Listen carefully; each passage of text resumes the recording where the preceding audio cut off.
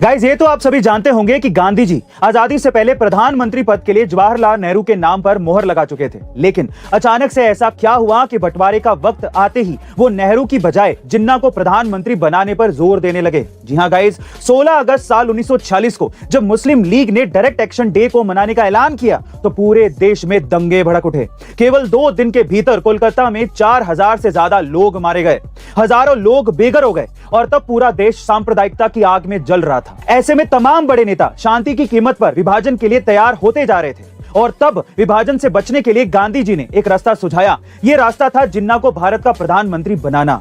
लेकिन कांग्रेस की कार्य समिति ने इसे सिरे से खारिज कर दिया और तब निराश होकर गांधी जी ने कहा कि कांग्रेस में मेरी अब कोई नहीं सुनता। वैसे गाइस, आपके हिसाब से गांधी जी का विभाजन रोकने का यह सुझाव कैसा था? कमेंट सेक्शन में जरूर लिखिएगा। हम सभी ये जानते हैं कि आजाद भारत के पहले राष्ट्रपति डॉक्टर राजेंद्र प्रसाद जी थे, लेकिन नेहरू जी जो कि उस समय के प्रधानमंत्री थे, वो डॉक्टर राजेंद्र प्रसाद के प्रेसिडेंट बनाए जाने के खिलाफ थे।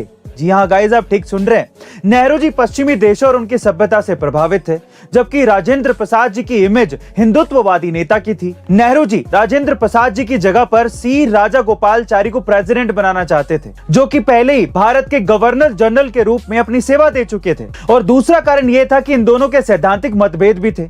लेकिन काफी अटकलों के बाद डॉक्टर राजेंद्र प्रसाद जी ही देश के पहले राष्ट्रपति बने। वैसे गाइस, आपके हिसाब से नेहरू जी का राष्ट्रपति पद को लेके मतभेद ठीक था या गलत? कमेंट सेक्शन में जरूर लिखिएगा। गाइस, आज बड़े अफसोस की बात है कि भारत की अपनी कोई राष्ट्रभाषा है ही नहीं, और जब भी राष्ट्रभाषा की बात आती है तो ये देश 3 खेमों में बंट जाता है। पहला, जो हिंदी भाषा को राष्ट्रभाषा के तौर पे देखना चाहते हैं। दूसरा, वो जो अंग्रेजी भाषा की वकालत करते हैं। वहीं तीसरा तबका ऐसा भी है जो संस्कृत को राष्ट्रभाषा बनाने की बात करता है। डॉक्टर भीमराव अंबेडकर इसी खेमे में थे।